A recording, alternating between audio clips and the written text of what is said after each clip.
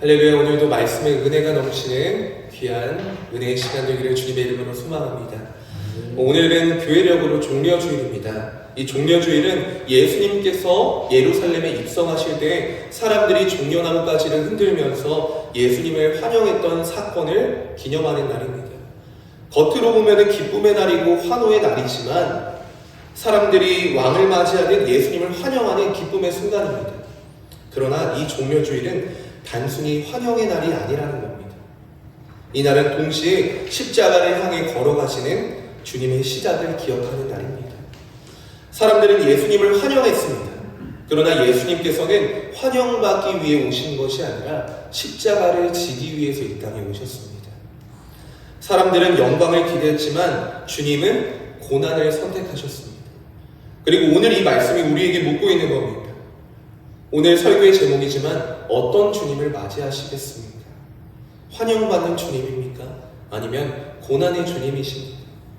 이 질문은 단순한 문제가 아니라 우리의 신앙의 방향과 본질을 묻고 있는 겁니다. 우리는 예수님을 믿는다고는 하지만 때로는 내가 원하는 모습의 예수님을 만들어 놓을 때가 많습니다. 그 주님을 따르려 할 때가 많죠. 어떤 사람에게는 예수님은 문제를 해결해 주시는 분입니다. 그것도 맞죠. 어떤 사람에게는 예수님이 위로해 주시는 분입니다. 어떤 사람에게는 예수님이 성공을 돕는 분입니다. 그러나 그렇게 되지 않으면 어떻게 하십니까? 그렇게 되지 않으면 어떻게 하시겠습니까? 내가 그렇게 생각한 예수님이 나를 그렇게 만들어 주시지 않는다면, 내가 기대한 방식으로 일하지 않으신다면, 내가 원하는 결과를 주지 않으신다면 그때도 우리는 여전히 주님을 따르실 것입니까? 내가 바라는 예수님을 만들어 놓고 내 뜻대로 되지 않으면 실망합니다. 내가 기대한 대로 이루어지지 않으면 신앙이 식어버리기도 합니다. 심지어는 어떤 경우에는 하나님을 떠나고 교회를 떠나고 신앙생활을 멈추기까지 합니다. 이것이 정말 예수님께서 원하시는 신앙의 모습일까요? 그러나 오늘 성경이 보여주는 예수님은 생각하는 것보다 훨씬 더 깊고 더 본질적인 분이십니다. 예수님께서는 우리의 기대를 이루어 주시려고 이 땅에 오신 것이 아니라 십자가를 통해 하나님의 뜻을 이루기 위해서 오셨다는 겁니다. 그러므로 신앙은 내 뜻이 이루어지기를 바라는 것이 아니라 주님이 가신 길을 받아들이는 것입니다. 오늘 본문을 보면은 예수님께서 예루살렘으로 입성하십니다. 이 장면은 매우 상징적이고 동시에 신학적으로 깊은 의미를 담고 있습니다. 예수님께서 두 제자를 보내시며 말씀하셨습니다. 2절 말씀 함께 읽겠습니다. 이르시되 너희는 맞은편 마을로 가라. 그리하면 곧 매인 나귀와 나귀 새끼가 함께 있는 것을 보리니 풀어 내게로 끌고 오라. 아멘. 맞은편 마을로 가면 나귀와 나귀 새끼가 있을 것인데 풀어서 내게 끌고 오라 라고 제자를 시켜서 말씀합니다. 이 장면은 단순한 준비가 아닙니다. 하나님의 구속사 속에서 이미 계획되고 예언된 말씀의 성취입니다. 본문 4절 5절은 분명히 말씀합니다. 함께 읽어보겠습니다. 이는 선지자를 통하여 하신 말씀을 이루려 하심이라. 일렀으되 시온 딸에게 이르기를 내 왕이 내게 임하나니 그는 겸손하여 나귀 곧 멍에 매는 짐승의 새끼를 탓도다라 하였느니라. 아멘. 이 말씀은 구약의 스가랴 9장 9절의 말씀입니다. 말씀을 한번 찾아볼까요? 구약 성경 스가랴서 9장 9절 말씀입니다. 스가랴 9장 9절 말씀입니다. 제가 가진 성경으로 구약 성경 1320쪽입니다. 스가랴 9장 9절 말씀입니다. 찾으셨으면 함께 읽도록 하겠습니다. 시온에 따라 크게 기뻐할지어다. 예루살렘에 따라 즐거이 부를지어다. 보라, 내 왕이 내게 임하시나니 그는 공의로우시며 구원을 베푸시며 겸손하여서 나귀를 타나니 나귀의 작은 것 곧 나귀 새끼니라. 아멘. 수백 년 전에 주신 말씀이 예수님을 통해서 그대로 성취되고 있는 것입니다. 혹시 영화 같은 데서 개선 장군이 궁에 들어오는 것을 보신 장면이 있으시죠? 전쟁에서 승리한 장군이 이 백성들의 환호를 받으면서 입성하게 됩니다. 그때 그 장군은 어떤 모습을 하고 들어옵니까? 그냥 걸어 들어오지 않습니다. 무조건 말 위에 타서 들어옵니다. 반드시 말 위에 타서 올라오죠. 힘을 과시하고 승리를 드러내고 권위를 보여주는 장면입니다. 당시 왕의 입성도 마찬가지였습니다. 왕은 반드시 말을 타고 들어왔습니다.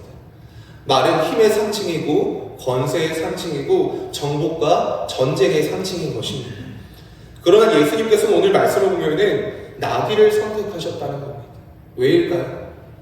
말씀의 성취와 더불어 예수님께서는 정복하는 왕이 아니라 구원하는 왕으로 오셨기 때문입니다. 말을 타고 오는 왕은 적을 무너뜨리는 왕입니다. 하지만 나귀를 타고 오시는 왕은 백성을 살리는 왕입니다. 말을 타고 오는 왕은 힘으로 다스리는 왕이지만 나귀를 타고 오시는 왕은 사랑으로 다스리는 왕이십니다. 예수님께서는 이렇게 선언하시는 겁니다. 세상을 정복하기 위해서 내가 온 것이 아니라 죄로 죽어가는 너희를 살리기 위해서 왔다. 나는 권력을 세우러 온 것이 아니라 십자가를 지기 위해서 이 땅에 왔다. 사랑하는 성도 여러분, 이것이 하나님 나라의 방식입니다. 세상은 높아져야 이긴다고 말하지만 하나님 나라는 낮아질 때 승리하는 것입니다. 세상은 강해야 살아남는다고 말하지만 하나님의 나라는 약함 속에서 그 능력이 나타나게 됩니다. 특별히 성경은 나귀의 새끼라고 강조하고 있습니다. 아직 아무도 타지 않은 짐승, 즉 구별된 존재라는 겁니다. 이것이 하나님께서 세상이 크고 강한 것을 사용하시기보다 작고 낮은 것을 통해 일하신다는 것을 보여주는 겁니다. 우리의 신앙은 자꾸 높아지려 하죠. 인정받고 싶고 또 드러나고 싶고 성공하고 싶습니다. 그러나 기억해야 할 것은 하나님께서는 낮은 자리에서 가장 깊이 일하신다는 것입니다. 십자가가 바로 그 증거였습니다. 사람들이 십자가를 하나님의 계획이라고 생각이나 했을까요? 그렇지 않았을 겁니다. 제자들조차 예수님의 십자가를 이해하지 못했습니다. 누가 봐도 십자가는 죽음이고 실패이고 끝인 것처럼 보였다는 겁니다. 그러나 사람들이 실패라고 여긴 그 자리, 사람들이 죽음이라고 생각했던 그 자리에서 하나님께서는 구원의 역사를 완성하셨다는 겁니다. 이 사람들이 예수님을 어떻게 환영합니까? 본문 8절의 말씀 함께 읽겠습니다. 시작. 무리의 대다수는 그들의 겉옷을 길에 펴고 다른 이들은 나뭇가지를 베어 길에 펴고, 대다수의 사람들이 겉옷을 길가에 깔고 또 종려나무 가지를 흔들며 예수님을 맞이했다는 겁니다. 이것은 단순한 환영이 아닙니다. 왕에게 드리는 최고의 예우입니다. 겉옷은 단순한 옷이 아니라 그 사람의 삶이고 재산이고 존엄을 의미합니다. 그것을 길에 깐다는 것은 나는 당신께 복종합니다 라는 의미를 담고 있는 것이죠. 겉으로 보면은 완벽한 신앙의 모습 아닙니까? 헌신도 있고 열정도 있고 표현도 있습니다. 그러나 중요한 문제가 있습니다. 그들은 예수님을 환영은 했지만 예수님의 길은 이해하지 못했다는 겁니다. 당시 유대인들은 로마의 지배 아래 있었습니다. 오랫동안 고통과 억압 속에서 살고 있던 민족들이었습니다. 일제강점기를 겪은 그 시대 사람들도 간절히 해방을 염원했듯이 마찬가지로 이들도 정치적 해방자를 기다리고 있었던 겁니다. 강력한 왕, 로마를 무너뜨릴 지도자, 그리고 민족을 회복시킬 메시아. 그러나 예수님은 그들의 기대와 전혀 다른 길을 가셨다는 겁니다. 예수님은 로마를 무너뜨리기 위해 오신 것이 아니라 죄를 무너뜨리기 위해 오셨다는 겁니다. 예수님은 나라를 세우러 오신 것이 아니라 하나님 나라를 이루기 위해 오셨습니다. 이 차이를 이해하지 못했기 때문에 며칠 후 비극이 일어나죠. 이 하나님의 찬양, 예수님을 찬양하던 이들이 며칠 후 이렇게 고백합니다. 저자를 십자가에 못 박으라. 예수님을 환영하던 입술이 정죄하는 입술로 바뀌었습니다. 찬양하던 손이 손가락질하는 손으로 바뀐 것입니다. 사랑하는 성도 여러분, 이 장면은 단순히 과거의 이야기가 아닙니다. 어쩌면 오늘의 우리의 이야기일 수도 있습니다. 우리는 축복을 원하지만 고난은 피하려고 합니다. 기도의 응답은 원하지만 말씀의 순종은 미루긴 합니다. 은혜는 원하지만 십자가는 거부합니다. 겉으로는 환영하지만 삶으로는 거부하는 신앙, 이것이 우리의 모습일 수 있다는 거예요. 그러나 신앙은 내가 원하는 모습의 예수를 따르는 것이 아니라 주님이 누구신지를 받아들이는 것입니다. 이어서 사람들은 이렇게 외치죠. 9절 말씀 함께 읽겠습니다.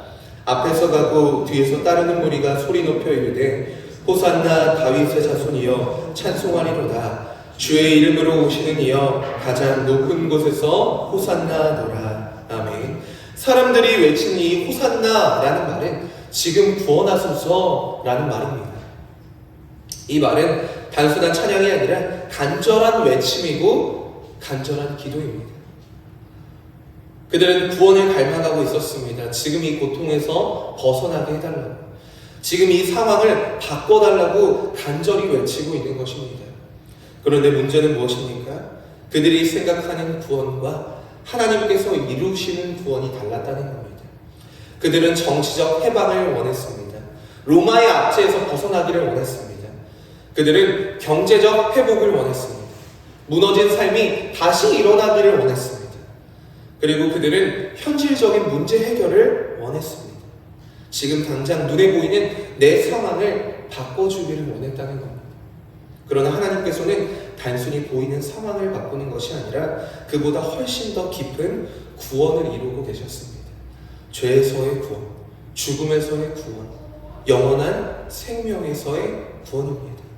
그래서 이 장면은 아주 아이러니한 장면입니다.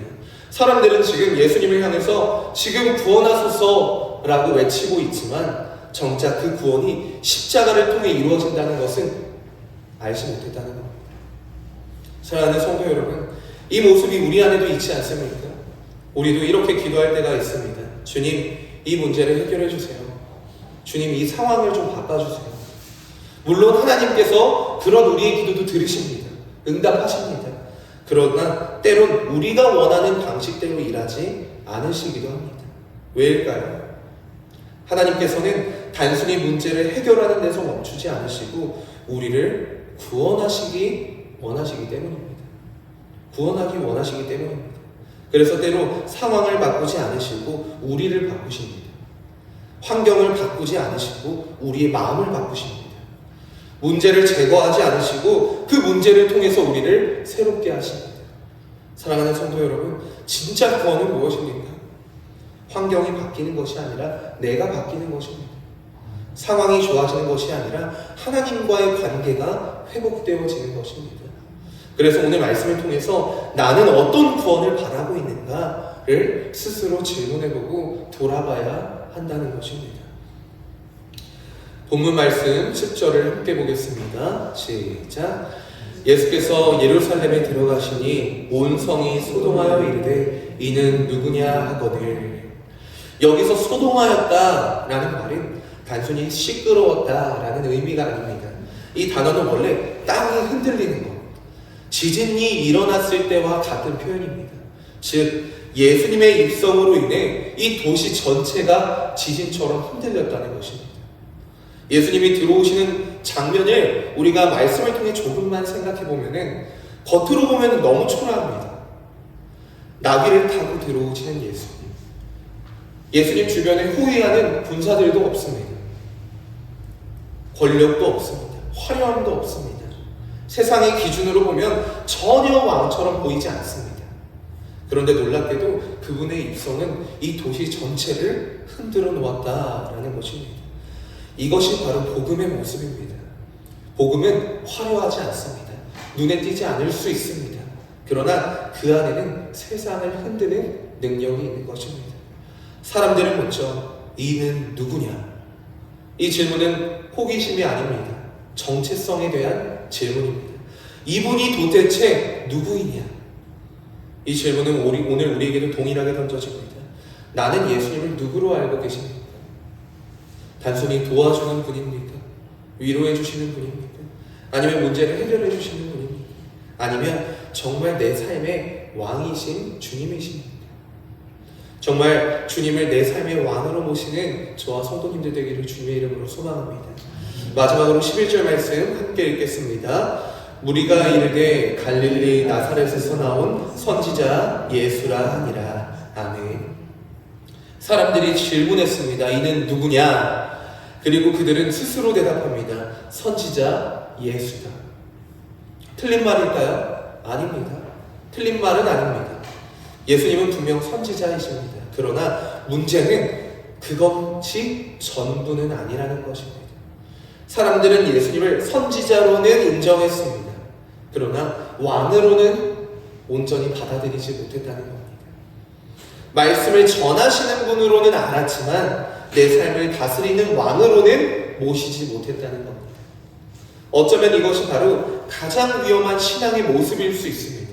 완전히 모르는 것도 아니고 완전히 거부하는 것도 아닙니다. 예수님 선지자지, 예수님 좋은 분이지, 말씀 전하는 분이지, 어느 정도는 아는데 온전히 왕으로는 받아들이지 못하는 신앙. 예수님을 좋은 분이라고는 생각합니다.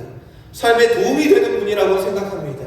나의 성공을 도와주시는 분이라고 생각합니다. 때로는 나를 위로해 주시는 분이라고 생각합니다. 그러나 내 삶의 주인으로는 모시지 않는 것입니다. 그러면 어떻게 됩니까? 필요할 때는 찾습니다. 힘들 때는 기도합니다.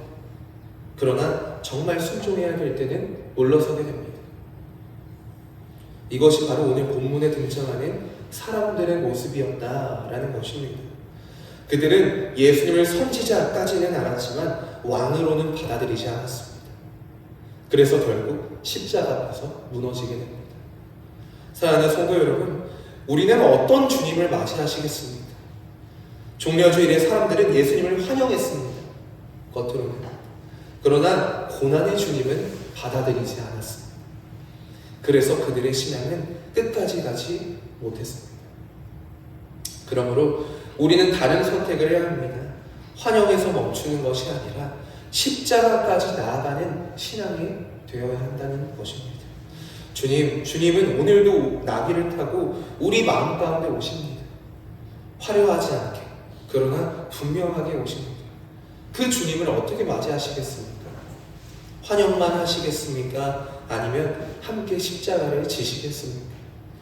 이 종려주일 겸손의 왕으로 오신 이 주님을 내 삶의 중심에 모시고 고난의 길이라고 할지라도 그 주님을 끝까지 따를 수 있는 저와 성도님들 되기를 주님의 이름으로 소망합니다.